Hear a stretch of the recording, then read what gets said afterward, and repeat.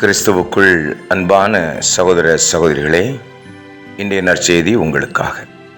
இன்று யோவான் நற்செய்தி 17ஆம் அதிகாரம் 11 முதல் 19 உள்ள இறைவார்த்தைகள் வழியாக இறைவன் தன்னிடம் தந்தையாம் கடவுள் ஒப்படைத்த அன்பு சீடர்களுக்காக ஜெபிக்கின்றார். பெரிய வியாழக்கிழமை ராபோஜனத்தில் எந்தெந்த சீடர்கள் ஆண்டவரோடு இருந்தார்களோ அவர்களுக்காக ஜெபிக்கின்றார். அதிலும் வீழ்ந்து போன யூதாசை குறித்தும் சுட்டி காட்டுகின்றார். அவர் ஜெபித்த ஜெபத்தில், தந்தையே, நீர் என்னை அனுப்பியது போல நான் இவர்களை அனுப்புகிறேன் என்று சொல்லுகிறார். சொல்லிவிட்டு சொல்லுகிறார், இவர்களை உலகம் வெறுக்கின்றது. இந்த உலகிலிருந்து இவளை எடுத்துவிடணும்னு கேட்கல, இந்த உலகிலே அவளை பாதுகாக்க வேண்டும் என்று கேட்கின்றேன் என்று ஜெபிக்கின்றார். அன்பானவர்களே, ஆண்டவர் இயேசு கிறிஸ்துவின் அன்பு நிறைந்து ததும்பி வழிகின்ற வார்த்தைகள் ஜெபம். இந்த ஜெபத்தில் அவரை பின்பற்றுகின்ற சீடர்களை ஆண்டவர் துன்பத்திலிருந்து எடுத்துவிட வேண்டும் என்றல்ல, அந்த துன்பத்தை சகித்து கொண்டு ஆண்டவரின் திட்டத்தை நிறைவேற்ற அவர்களுக்கு பாதுகாப்பை கொடும் என்று ஜெபிக்கின்றார்.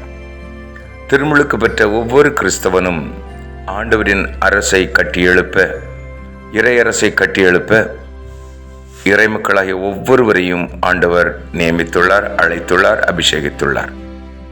அவருடைய பணியை செய்கின்ற நாம் முதலிலே செய்ய வேண்டியது அவரது கட்டளையை கடைபிடிப்பவர்களாக இருக்க வேண்டும். அன்பின் கட்டளை, கடவுளை நேசி, அதற்கு இணையாக அயலானை நேசி. இந்த கட்டளைகளை கை கொண்டு வாழும் பொழுது ஆண்டவரின் அன்பு நம்மிலே நிலைத்திருக்கும். கிறிஸ்து சொன்னார் அல்லவா, என் தந்தையின் கட்டளை கடைபிடித்து அவரது அன்பில் நான் நிலைத்திருப்பது போல நீங்களும் என் கட்டளைகளை கடைபிடித்து என் அன்பில் நிலைத்திருங்கள். அவ்வாறு நிலைத்திருக்கும் பொழுது ஆண்டவரின் பாதுகாப்பும் அரவணைப்பும் நமக்கு எப்பொழுதும் இருக்கும். ஆனால் இந்த ஊழிய பாதையிலே அநேக தடைகள், வேதனைகள், அவமானங்கள், தொந்தரவுகள், இடைஞ்சல்கள், வெறுப்பு, கசப்புகள் வரும்.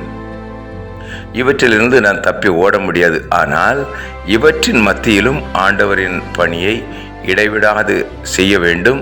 அதற்கான பாதுகாப்பை கொடும் என்று இறைவன் இயேசு தனது தந்தையாம் யாவே தெய்வத்திடம் வேண்டுகின்றார். அன்பானவர்களே, நாமோ ஆண்டவர் கிறிஸ்துவை நமது பிரச்சனைகளை முன்வைத்து தேடுகின்றோம். பிரச்சனைகளை தீர்க்கும், வேதனைகளை தீர்க்கும், கண்ணீரை துடைக்கும் கடவுளாக, அப்பா இது எனக்கு தாரும், இது எனக்கு செய்யும் என்று ஓடுகின்றோம். ஆனால் ஆண்டவரை நமது சொந்தமாக்க இன்று வரை நாம் நினைத்ததில்லை. ஆண்டவர் எனக்கு போதும், கிறிஸ்து என்று ஒப்பற்ற செல்வம் எனக்கு போதும், அவர் என் தகப்பனாய், என்னை ஆள்பவராய், என் ஆலோசனை கடவுளாய் என்னோடு இருப்பார். ஆனால் எனக்கு வருகின்ற பிரச்சனைகள் எல்லாவற்றையும் அவர் சுமந்து கொள்வார் என்ற நம்பிக்கை வேண்டும். இப்பொழுது தந்தையாம் இறைவனிடம் இறைவன் இயேசு ஜெபித்தது போல நம்மை சோதனைகளிலிருந்து விடுவிக்க அல்ல, சோதனைகளில் இருந்து நம்மை பாதுகாத்து அந்த பணியை தொடர்ந்து செய்ய தந்தையிடம் வேண்டுகின்றார்.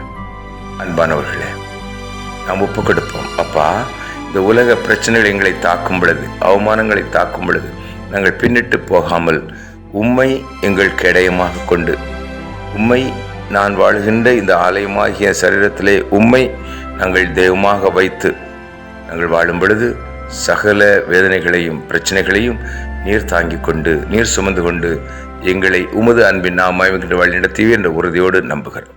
ஜெபிப்போமா? எங்கள் நல்ல தகப்பனே, உமது திருமகன் இயேசுவை அன்பின் பலியாக தந்தீர். அவர் வழியாக இன்று திருத்தூதர்களை அபிஷேகித்தீர். உமது மகன் ஜபித்தது போல தகப்பனே, நாங்கள் வேதனைகளிலிருந்து தப்புவதற்கல்ல, வேதனைகளை சகித்து உமது அன்பின் அரசை கட்டி எழுப்ப எங்களை வலுப்படுத்தி பயன்படுத்த வேண்டும் என்று அன்னை மரியாளோடு சேர்ந்து துதித்து ஒப்பு கொடுக்கிறோம். நல்ல தகப்பனே, ஆமென். அன்பானவர்களே, ஆண்டவர் அழைத்துள்ளார், நம் ஆமென்று சொல்லியுள்ளோம். வேதனைகள், சோதனைகள் எல்லாம் வரும், எல்லாவற்றையும் இறைவன் அவர் பார்த்து கொள்வார். நல்லா என் இயேசு அவர் பார்த்து கொள்வார். துன்பங்களை ஏற்றுக்கொண்டு நம்மை அதை தாங்கும் வலிமை தந்து அவரது பணிகளை நம்மை தொடர்ந்து வழிநடத்த இந்த நாளையும் ஒப்பு கொடுத்து இனிய நாளாக்குவோம். ஆமென்.